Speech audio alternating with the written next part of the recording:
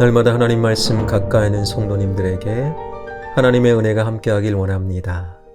하나님께서 오늘 우리에게 주신 말씀은 베드로전서 2장 4절에서 10절까지 말씀입니다.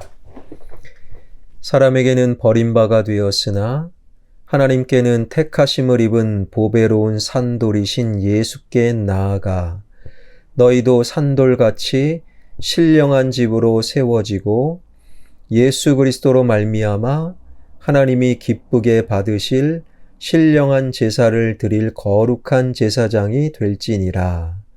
성경에 기록되었으되 보라 내가 택한 보배로운 모퉁이 돌을 시온에 두노니 그를 믿는 자는 부끄러움을 당하지 아니하리라 하였으니 그러므로 믿는 너희에게는 보배이나 믿지 아니하는 자에게는 건축자들이 버린 그 돌이 모퉁이의 머릿돌이 되고 또한 부딪히는 돌과 걸려 넘어지게 하는 바위가 되었다 하였느니라. 그들이 말씀을 순종하지 아니하므로 넘어지나니 이는 그들을 이렇게 정하신 것이라. 그러나 너희는 택하신 족속이요 왕같은 제사장들이요 거룩한 나라요 그의 소유가 된 백성이니 이는 너희를 어두운 데서 불러내어 그의 기이한 빛에 들어가게 하신 이의 아름다운 덕을 선포하게 하려 하심이라. 너희가 전에는 백성이 아니더니 이제는 하나님의 백성이요 전에는 긍휼을 얻지 못하였더니 이제는 긍휼을 얻은 자니라. 아멘. 기독교의 시간 개념은요, 교회 밖 세상과는 좀 다릅니다. 세상은 과거가 현재를 만들고 현재의 나의 삶이 나의 미래를 결정한다. 과거, 현재, 미래의 개념으로 시간을 이해하지요. 그래서 우리는 그런 말을 자주 하고 자주 들었지요. 너 그렇게 공부 안 하면, 지금 공부 안 하면 너의 미래는 별로 밝지 못해.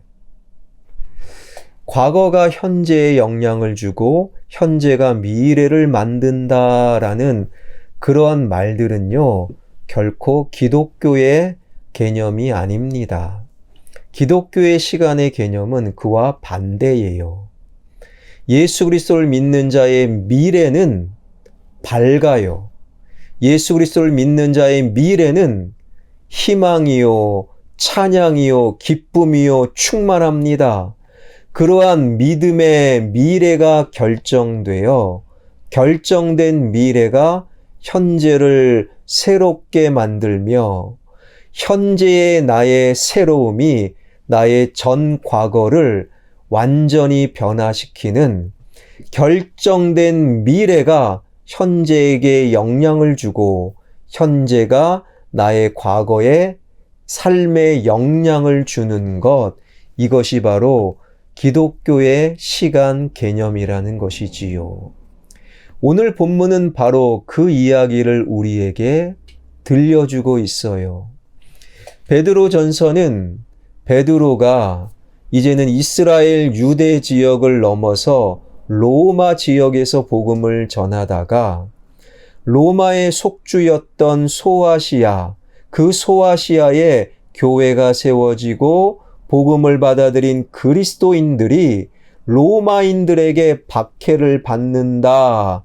박해 소식을 듣고 소아시아의 그리스도인들과 교회들에게 쓴 편지가 바로 베드로 전서라는 거예요.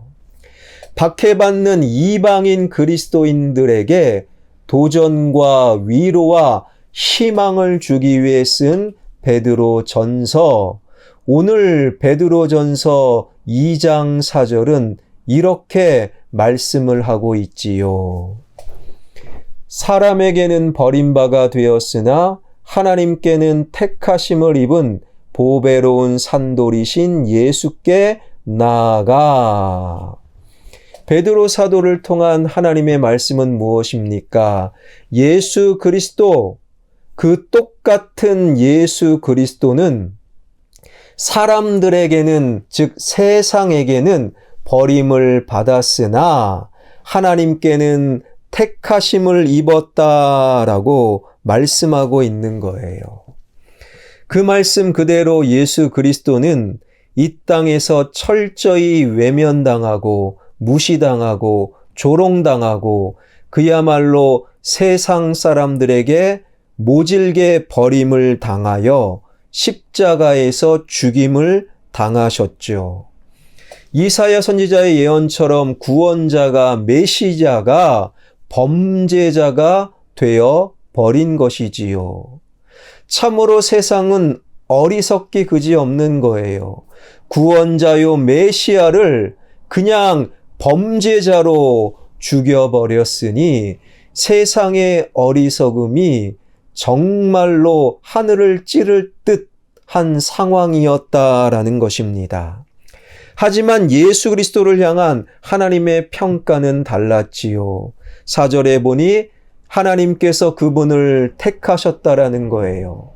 세상에게 버림을 당한 예수 그리스도를 우리 하나님께서는 보배로운 산돌, 즉 보배롭고 영화롭게 하셨다라고 말씀하고 계시는 거예요.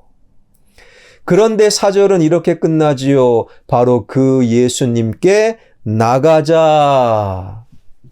예수님께 나가자라는 그 말씀의 의미는 예수 그리스도처럼 살아라라는 뜻이에요. 세상에서는 버림을 당했지만 하나님께 택함받고 하나님께서 보배롭게 하신 예수님처럼 살아라. 세상 사람들의 평가와 인정에 연연해하지 말고 세상 눈치 보지 말고 바로 하나님 눈치 보면서 하나님의 평가에 맞추어 예수님처럼 살아야 된다라고 말씀하고 계시는 거예요. 여러분, 예수 그리스도를 믿는 그리스도인들은 세상이 혹은 그 사람이 나를 어떻게 볼까, 어떻게 생각할까가 아니에요. 딱 우리가 눈치 볼 분은 하나님밖에 없어요. 하나님께서 나를 어떻게 생각하실까? 이것만이 우리의 유일한 눈치 봄이 되어야 한다라는 거예요. 세상은요, 진리를 알아볼 수 없을 정도로 눈이 막혔고 귀가 막혔고 그야말로 어리석음의 극치를 보여주고 있는 거예요. 그러니 예수 그리스도를 믿는 자들은 세상 눈치 볼 필요 없다. 이미 예수님께서도 요한복음 15장 19절을 통하여 이런 말씀하셨습니다. 너희는 세상에 속한 자가 아니요 도리어 내가 너희를 세상에서 택하였기 때문에 세상이 너희를, 세상이 예수 믿는 그리스도를 미워할 수밖에 없다. 신앙생활 제대로 하면 할수록 신앙이 없는 세상이, 신앙이 없는 그 사람이 나를 핍박하고 미워하는 것은 사실 당연하고 자연스러운 일이다. 반대로 세상이 나를 핍박하지 않아요. 세상이 나를 좋아합니다. 세상 사람들과 대화하고 어울려 지내는 것이 전혀 어색하지 않는다면 그분은 예수님을 믿는 자가 아니라 세상에 속한 자임을 우리는 기억해야 한다라는 거예요. 이 말씀은 7절에서도 같은 의미로 반복이 됩니다. 그러므로 믿는 너희에게는 보배이나 믿지 아니하는 자에게는 건축자들이 버린 그 돌이 모퉁이의 머릿돌이 되고, 믿는 우리에게는 예수님이 보배예요. 가장 중요한 보석인 거예요. 무엇과도 바꿀 수 없는 세상에서 최고의 보배가 예수님, 그런 보배이신 예수님을 세상은요, 믿지 아니하는 자는요, 쓸모없다, 무가치하다, 그래서 건축자들이 버린 돌처럼 여긴다라는 거예요. 그런데 놀랍게도 이 4절 끝자락의 말씀은요, 바로 세상이 버리고 세상이 무가치하다고 여기는 그 예수님께 나아가자. 예수님께 나아가는, 예수님처럼 살아가는 자들에게 바로 6절의 은혜를 베푸신다라고 말씀하고 계시지요. 6절입니다. 성경에 기록되었으되 보라 내가 택한 보배로운 모퉁이 돌을 시온에 두노니 그를 믿는 자는 부끄러움을 당하지 아니하리라 하였으니, 참 감동적인 말씀이 여기 기록되어 있지요. 예수 그리스도를 믿는 자는 부끄러움을 당하지 않을 것이다. 이 말씀을 문법적으로 보게 되면요, 미래의 의미라는 거예요. 세상은 버렸어요. 세상은 무가치하다고 말합니다. 세상은 비난한 그 예수 그리스도를 지금 믿는 자는 그의 미래가 부끄러움을 당하지 않을 것이고, 그의 미래를 하나님께서 책임져 줄 것이고, 그의 미래는 반드시 좋을 수밖에 없다. 이것이 바로 예수 그리스도를 지금 믿는 자들이 경험하는 하나님의 은혜라는 거예요. 지금 예수님을 믿는 자, 미래에 부끄러움을 당하지 아니할 것이다. 이 말씀은요, 우리에게 뿐만 아니라 베드로 사도가 쓴 소아시아의 그리스도인들에게 커다란 위로가 되는 말씀이었죠. 그들은 예수님 믿는다라는 이유 하나만으로 엄청난 로마 제국의 박해를 받았어요. 무시와 조롱을 받았습니다. 때로는 이유 없는 폭력과 따돌림을 당했어요.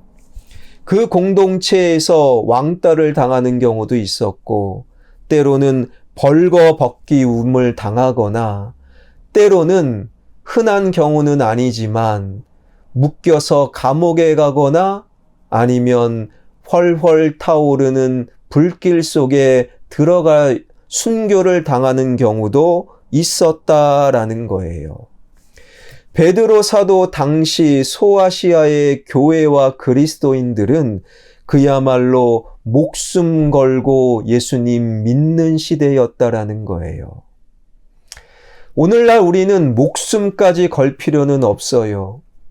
그러나 우리 영혼은 그때보다 더 심각한 보이지 않는 박해를 받고 있는 것 같습니다. 아직도 세계 곳곳에서 신앙으로 인해 많은 그리스도인들이 목숨과 생명을 빼앗기는 경우가 있는 거예요. 동족에게, 가족에게 수치를 당하는 많은 그리스도인들도 있지요. 한국의 경우 사회적 제도나 체제로 인해 그리스도인으로 살아가는 것이 만만하지 않는 시대가 되었어요. 그냥 사탄의 속삭임이 서서히 바로 천국과 기독교 사회와 교회와 신앙을 침노에 들어오고 있는 한국 사회. 여러분, 제가 참 이해가 안 되는 것이 국가고시가 왜 다 주일, 그들이 말하는 일요일마다 국가고시가 치러집니까? 우리 막내 녀석이 태권도를 그만둔 이유 가운데 하나가 태권도 승단 시험, 국기원에 가서 하는 시험이 다 주일날 보는 거예요. 그래서 첫째도 막내 녀석도 주일은 교회 가서 예배 드리는 날이지 나 태권도 안 해요. 그 어린 것들이 그런 말을 하더라고요. 어떤 안수 집사님 큰 거래처가 거래를 그냥 갑자기 끊었대요. 나중에 알고 보았더니 내가 예수 믿는 안수 집사임을 알고 예수 믿는 사람은 이상하게 싫어요. 그 거래처의 엉뚱한 갑작스러운 통보에 그냥 큰 거래처를 놓치게 되었다라는 것이지요. 여전히 가정에서 유교의 잘못된 전통, 불교의 전통에 따라서 이상하게 교회 다닌다라는 이유로 시어머니들한테 핍박을 받는 그러한 신앙이 좋은 며느리들이 우리 주변에 있는 거예요. 어떤 권사님이 시어머니한테 그런 말도 들었답니다. 네가 예수 믿는 네가 우리 집에 들어오면서 그때부터 우리 집안일이 잘 안 된다. 말도 안 되는 그런 말을 하는 시어머니들이 여전히 우리 가운데 있다라는 거예요. 회사에서 교회 다닌다는 이유로 부당한 대우를 당하는 경우도 있고 어떤 청년이 이런 말을 들었답니다. 너 아직도 교회 다니니? 우리는 베드로 시대의 소아시아의 교인들처럼 목숨 걸고 교회 다니는 것은 아닙니다. 그러나 이 시대 또한 상당한 영적으로 보이지 않는 측면에서 사탄의 침노와 공격과 핍박과 박해를 이미 우리는 경험하고 있다라는 거예요. 그런 시대를 향하여 하나님께서 말씀하십니다.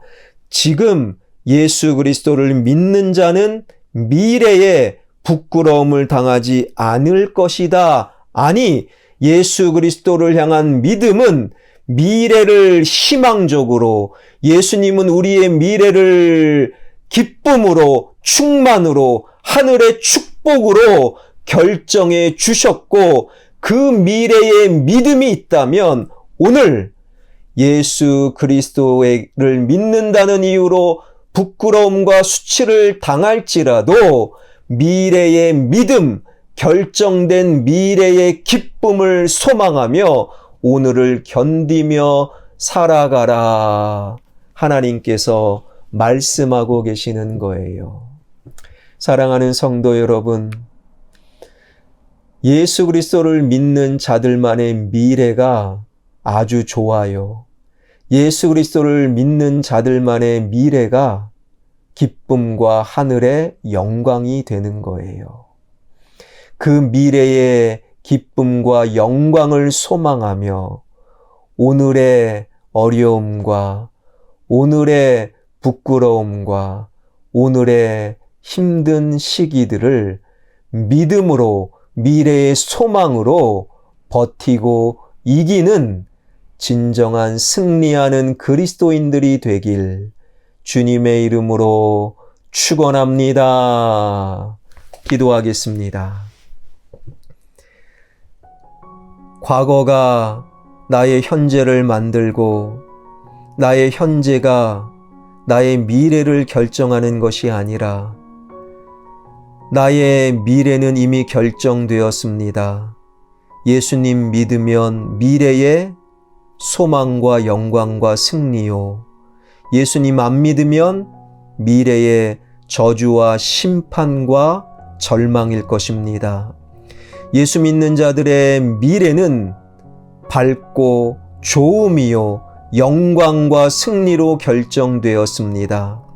결정된 미래를 소망하며 오늘 잠시 잠깐 힘들고 잠시 잠깐 어려움과 고난이 있을지라도 오늘을 믿음으로 버티고 견디는 미래에 승리하는 진정한 그리스도인들이 되게 하여 주옵소서.